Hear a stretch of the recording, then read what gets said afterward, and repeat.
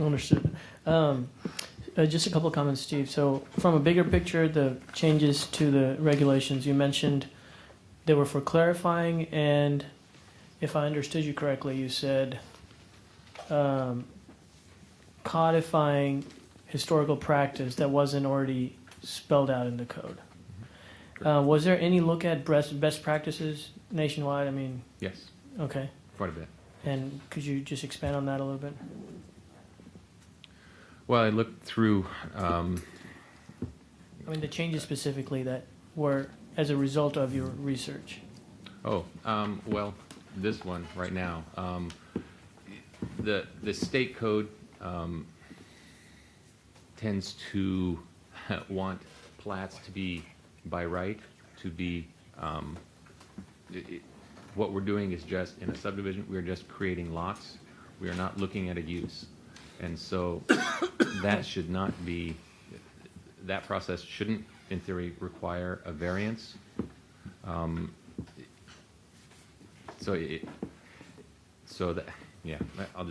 just leave that.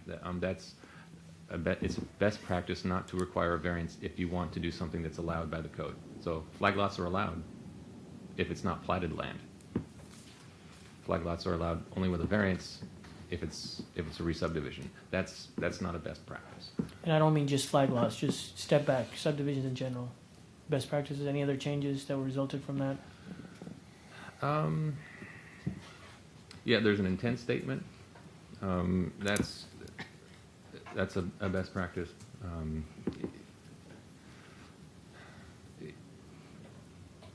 Just removing things that are not used, like number 5, the master development plan.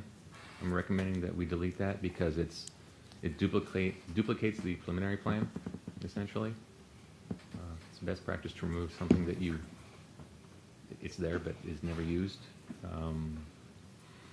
and it's yeah. So. Yeah.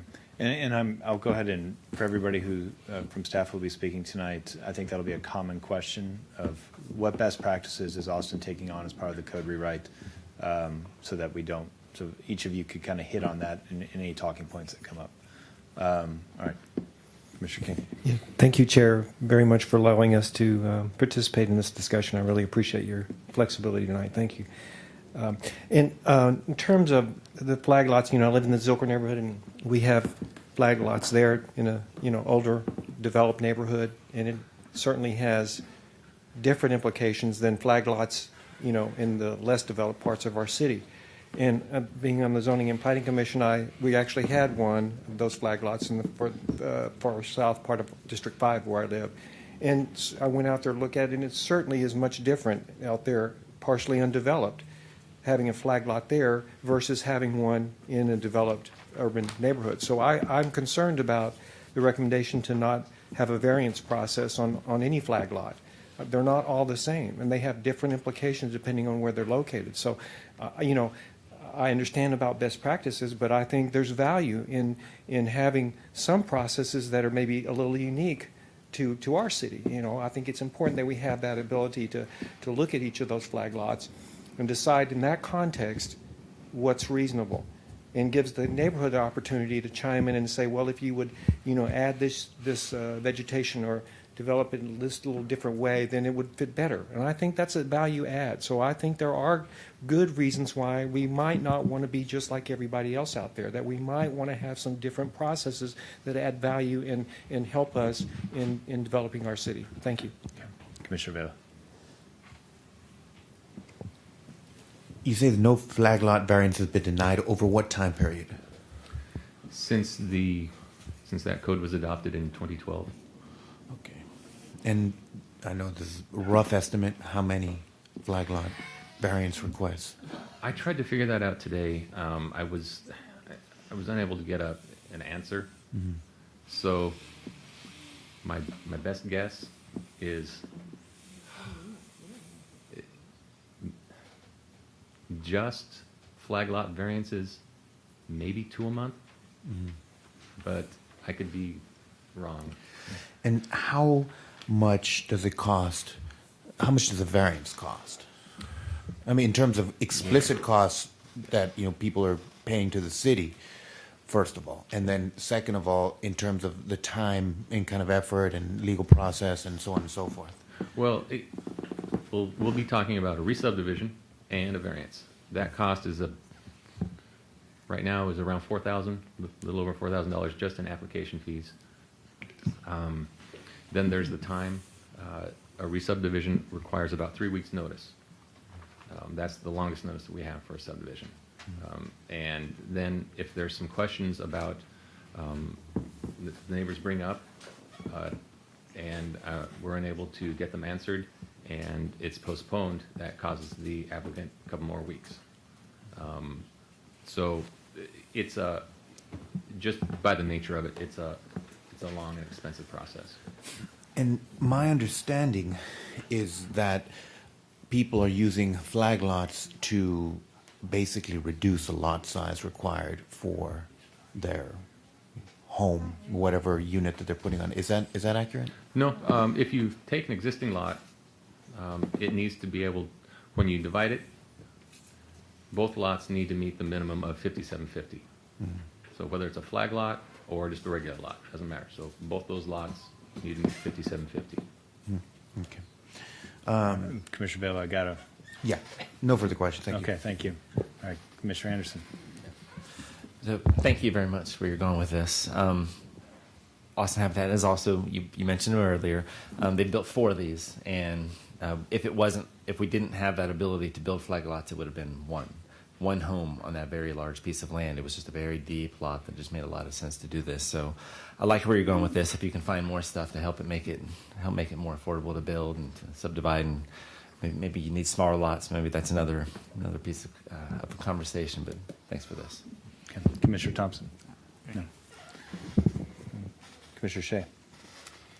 All this talk about flag lots, I mean, I've done flag lot developments, and let me tell you, to do a flag lot, it's expensive. I mean, you just said about $4,000 in the city, but I mean, we're talking 20, 25, 30,000. I mean, in engineering cost. I mean, the developers they don't want to do the flag lots. It's expensive. It impacts affordability tremendously. But if you can get those extra units without having to go through a subdivision process, and then that might be an option. I think CodeNext does present those opportunities when you start looking at being able to do the cottage plans, the cluster plans, things like that. And you could still get the buildings then that do fit the scale of the neighborhood, but we're not now like confined by a 20-foot, then you have the setback here and this set over there. You have an ability to get more creative on a larger lot. We could achieve that with better tools, and then we don't have to deal with all the complexities, incompatibilities of what flag lots create. And that's something that we should be looking at, because we've been presented with tools that can lead in that direction. Commissioner Shea, I think your comments are a good kind of segue out of this particular topic area for the night, but they really do highlight when each of the departments have gone through and worked on their portions of the code rewrites that they've been managing and drafting and editing, that these pieces truly do work together, that the zoning tools we're working with, that those are thought about in the context of, when we see people do this, but and ideally we want them to do that, and they use flag lots because maybe it was the only tool to work around, work around the zoning within that area, and we're going to change the zoning to this. Do we understand the implications of what that means overall to collectively the products that we get on the ground? Because we do want the best of both worlds in so many of these conversations. We want affordability. We want everything, but we don't want the tools to get in our way. And we don't want to, if we haven't thought through all of the pieces of subdivision working with the zoning tools. I know you say context sensitive written here, but I think we're going to want to see some, and I don't know how to do this, but we're going to want to see some assurances that each of the departments have really reached across into the other departments' playing grounds, and that these elements do work together. So this is kind of you right now is the first tonight, and we have several others. This is kind of the first attempt for us at seeing how the other departments are interacting with these elements of the code. Well, I can tell you that the subdivision code is a result of a lot of work between DSD, between ATD, the fire department, and Public Works, as well as Austin Energy and Austin Water. Right. Okay. Well, yes. The comments on the Commissioner Shea made and the comments that we made when we looked at the AIA charrette and the design site and the internal circulation is exactly what we're talking about here. And if you go back and look at how restrictive the flag lot subdivision requirements are with respect to unit development, I think you'll see that that Commissioner Shea's comments with respect to the design site and compatibility and development options are far superior to the use of flag lots. Thank you. Thank you. Okay. With that, out of respect for all of our time,